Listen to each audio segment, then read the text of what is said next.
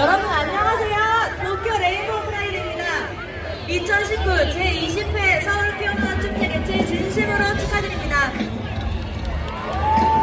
今年2019年という年は私たちにとって節目となる記念すべき年です。1969年にニューヨークで起こったストーンウォール事件から50年、94年に日本で初めてのプライドパレードが東京で開催されてから25年、そしてソウルクイアカルチャーフェスティバルも今年で20周年を迎えました。 올해 2019년이라는 해는 저희에게 있어서 중요하며 기념적인 해입니다. 1969년 뉴욕에서 일어난 스톤월 항쟁에서부터 50년, 1994년 일본에서 처음으로 프라이드 퍼레이드가 도쿄에서 개최된 지 25년, 그리고 서울 피어노 축제도 올해를 20주년에 맞이했습니다. この間アメリカでも日本でも韓国でもそして世界中で私たちセクシャルマイノリティの存在を可視化し、私たちの人権を獲得していくためにたくさんの人が戦ってきました。 유사히 미국에서도 일본에서도 한국에서도 그리고 전 세계에서 우리 성소수자의 존재를 가시화하며 우리의 인권을 위해 많은 분들이 싸웠습니다. 得られた成果もありますが、まだまだ課題はたくさん残されています。私たちの戦いの歴史を振り返り、これまで戦ってきた人たちの思いを胸に未来に向けて共に考え協力していきましょう。 저희가 쟁취한 성과도 있지만 아직 해결하지 못한 과제도 잔뜩 남아있는 상태입니다. 우리의 투쟁의 역사를 돌아보고 지금까지 싸워온 사람들의 마음을 가슴에 품고 미래를 향해 함께 생각하고 연대해 갑시다. 先月約20万人が来場し、東京レインボープライド2019は無事終了しました。今年のテーマは I have pride。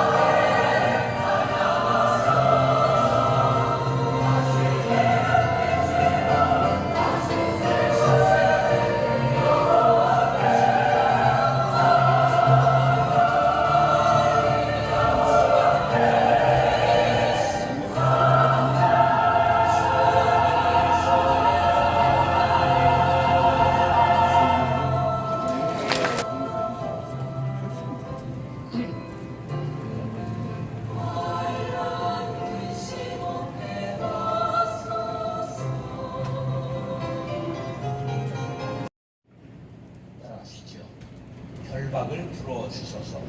결박을 풀어주소서. 74년 전 우리나라는 일본으로부터 결박을 하나님께서 풀어주셨습니다. 할렐루야. 그런데 지금 다시 우리가 결박을 받고 있다는 사실을 여러분들 알고 계십니까? 한국의 지정학적 위치는 세계사적으로 굉장히 중요한 위치에 처하고 있습니다. 지금 해양 세력인 미국과 일본 그리고 그 편에 들어있는 대한민국은 민주주의 국가, 그래서 민주주의의 최후의 전선이요 보루가 지금 우리 대한민국이라는 사실을 알아야 합니다. 이 전선에 북쪽에 누가 있느냐 하면 북한과 중국과 러시아가 있습니다. 그들은 공산주의입니다. 그래서 공산주의와 민주주의가 바로 여기에서 30분만 가면 DMZ에 지금 휴전선을 맞대고 245km, 155마일 전선을 금을 긋고 대치하고 있습니다. 그런데 올해 74년 광복절을 맞이해서 우리가 다시 빛을 보게 된 이날에 빛을 노래하고 찬송하고 감사할 수 없는 것은 다시 지금 민주진영인 미국과 일본, 대한민국이 분열되고 있기 때문입니다. 그렇게 되니까 지금 미국은 오직 돈밖에 모르는 트럼프가 국방비를 더 내야 된다, 심지어는 6배 내야 된다, 이렇게 지금 어르고 있습니다. 그리고 일본은 여러분들이 너무나 잘 아시는 것처럼 지금 경제적으로 전쟁을 선포해서 엄청난 데미지를 우리가 지금 받을 것으로 예상이 되는 가운데 있습니다. 그런데도 불구하고 우리 정부는 북한을 너무 동족 사랑으로 껴안으려고 하는데 정은이는 말을 잘 듣지 않고 맞을 짓 하지 말라 이런 소리를 하고 자빠졌습니다. 그런 가운데 중국은 옛날 우리가 자기의 속국인 것으로 생각하고 조공밭이라고 했던 청나라 시대처럼 아주 못된 짓을 하고 있습니다. 그러는 가운데 러시아는 북극곰이라고 말하는데 다시 야욕을 드러내고 중국과 작전을 펼쳐서 우리의 영공을 최근에 러시아 전투기와 그리고 중국의 전투기가 합동훈련으로 우리나라 경계선을 마음대로 드나들었습니다. 그랬는데 여기에 대해서 현 정부는 이렇다 할 이야기를 하지 않고 있습니다. 왜냐하면 우리가 다 아주 강하고 담대하고 자신감이 있어서 그렇다면 문제가 되지 않는데 어느 편에 서야 할지를 몰라 그렇다고 한다면 큰 문제가 아닐 수가 없습니다. 그러므로 우리는 이러한 때에 우리 그리스도인들이 어떠한 태도를 취해야 하는가 하는 것을 오늘 함께 말씀으로 고찰하고 은혜를 나누고자 합니다. 총성 없는 전쟁에 우리는 각오하고 허리띠를 졸라매고 다시 소재 기술을 익혀가며 최소한 5년이 걸릴지도 모르는 이 경제 전쟁에 우리 모두가 하나 되어 이 일에 나서야 한다는 사실을 기억하시기 바랍니다. 그러려면 오늘과 같이 때깔 좋은 옷을 앞으로 못 입게 될지도 모르는 것을 가정하셔야 합니다. 그래도 좋다면 아멘 하시기 바랍니다. 우리가 하나 되어야 합니다. 자, 지금 이러한 가운데 우리 믿는 사람들의 태도는 조금 달라져야 합니다. 미국을 우리가 완전히 믿을 수가 없습니다. 트럼프는 지금의 상황을 강 건너 불구경하는 것처럼 싸우면 안 되지 이 정도 하고 있습니다. 지금 상황은 100여 년 전 나라를 빼앗길 구한말 시대와 아주 흡사한 일이 우리를 둘러싸고 일어나고 있다는 것을 알아야 합니다. 이런 것을 사면 초가의 위기라고 말합니다. 이럴 때 대통령의 미숙한 외교 정책을 비난하고 좌파 정권의 일방적인 노선을 비판한다고 문제가 해결되는 것은 아닙니다. 갈라디아서 5장 15절에 만일 서로 물고 먹으면 피차 멸망할까 조심하라. 우리가 더욱 하나가 되어야 합니다. 당파 전 정치는 국경선에서 멈추어야 한다는 반넨버그의 말을 상기해야 됩니다. 여와 야가 지금 정쟁하는 것을 국경선, 일본과 우리가 경제 전쟁을 펼치고 있는 이 국경선에서 멈추고 하나가 되어야 한다, 그러한 말입니다. 온 국민이 분노의 돌을 들고 일본 상품 불매 운동을 벌이고 맞대응하는 것도 최선책이 아닙니다. 옷을 몇 장 안 샀다고 일본이 망하지는 않습니다. 일본은 세계 경제력 3위입니다. 우리는 넉넉하게 쳐서 세계 경제력 11입니다. 싸우면 우리의 데미지가 10배 크다는 것을 알아야 합니다. 그렇기 때문에 이러한 때에 우리는 더욱 하나가 되어야 된다는 것을 꼭 기억하시기 바랍니다. 우리 민족은 위기에 강한 민족입니다. 5천년 민족 역사 속에 940번의 외침을 받았지만 우리는 망하지 않았습니다. 중국의 침략을 막았고 몽골의 80년 지배를 이겨냈고 임진왜란을 견뎠고 병자호란을 견뎠습니다. 36년 일본의 압제를 견뎠고 IMF 외환 위기를 극복했습니다. 이번에도 이 위기를 기회로 바꾸게 될 줄로 믿습니다. 사랑하는 형제 자매 여러분, 어떻게 해야 될까요? 신앙인은 신앙적인 방법으로 대처해야 됩니다. 말씀에 성경의 길이 있음을 믿으시면 아멘 하시기 바랍니다. 아멘. 오늘 말씀을 상고할 때 하나님께서 국난 극복의 지혜를 주시기를 예수님의 이름으로 축원합니다. 아멘. 따라서 간절히 기도해야 합니다. 간절히 기도해야 합니다. 현대 교회의 위기는 기도의 상실에 있습니다. 교회마다 기도회가 있고 교회계마다 기도 행사가 많습니다. 사람들의 기도는 그러나 점점 세련되고 문장은 아름답지만 세미나도 많이 열리고 책도 발행되지만 아이러니컬하게도 기도는 잘 하지 않습니다. 기도회라는 행사에서 설교와 축사와 찬양과 공연 순서가 대부분이고 기도 시간은 정작 몇 분이 되지 않습니다. 교회마다 차례 기도회는 이름뿐이고 밤을 새면서 기도하는 일은 사라졌습니다. 기도원을 찾는 사람들은 현저하게 줄어들었으며 선하루를 뽑으며 기도했다는 말은 전설이 되고 말았습니다. 교회마다 밤을 새며 기도하던 권사님들은 기도의 맥이 끊어지고 말았습니다. 이런 한국교회로서는 위기의 한국교회를 이끌어갈 수가 없습니다. 다시 한번 기도의 영성을 회복할 수 있기를 바랍니다. 야성을 회복할 수 있기를 바랍니다.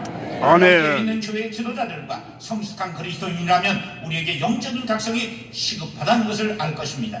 문제의 중심에 기도의 문제가 있다는 것을 기억하시기 바랍니다.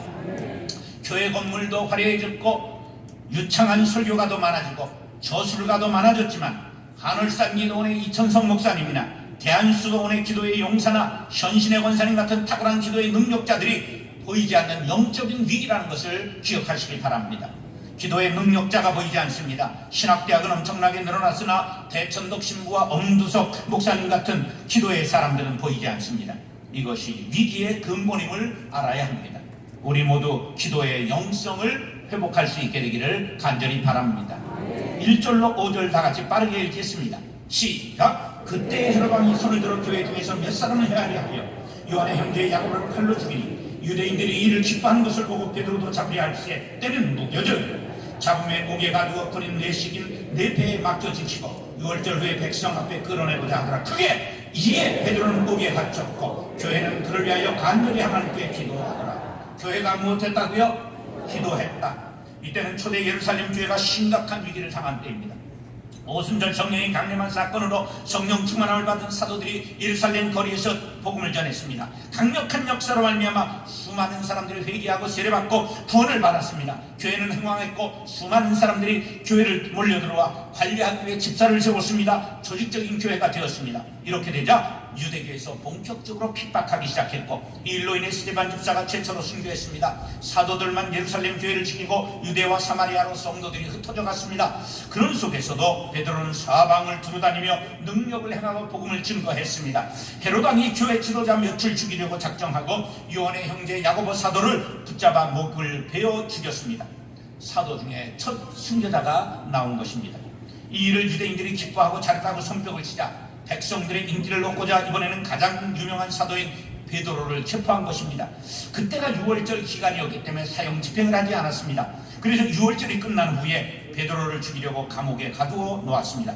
예루살렘 교회에 남은 사도들과 성도들은 그를 위하여 간절히 기도했습니다. 기도밖에 할 일이 없었습니다. 아닙니다. 기도밖에 할 일이 없었던 것이 아니라 기도보다 더 중요하고 기도보다 능력 있고 기도보다 효과 있는 일이란 아무것도 없는 것을 그들은 체험했기 때문입니다. 기도는 하나님을 움직일 수 있는 유일한 방법임을 기억하시기 바랍니다. 설교도 중요합니다. 그러나 설교는 사람을 움직이는 것입니다. 그러므로 성경 보고 설교 듣는 것 이상으로 반드시 기도해야 합니다. 기독교는 기도교라는 사실을 기억하시기 바랍니다. 하나님의 교회는 반드시 기도하는 장소가 되어야 됩니다. 내 집은 만민의 기도하는 집이라고 이사야 56장 7절에 말씀했습니다. 성도들의 간절한 기도는 감옥을 열었습니다. 베드로가 살아났습니다. 이 민족의 진정한 해방과 통일과 자유와 평화를 위해 기도할 수 있기를 바랍니다. 우리의 기도에 무릎을 꿇고 두 손을 모을 때 진보와 보수, 남과 북의 이념의 장벽이 무너지고 감옥과 같은 휴전선이 무너지게 될 줄로 믿습니다. 기도한다고 감옥문이 열리냐 의심하지 마시기 바랍니다. 이르시되 시작! 기도 외에는 다른 것으로 이런 종류가 나갈 수 없느니라. 할렐루야. 기도밖에 없습니다.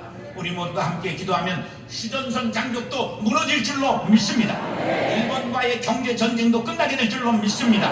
동성애 합법화가 막아지게 될 줄로 믿습니다.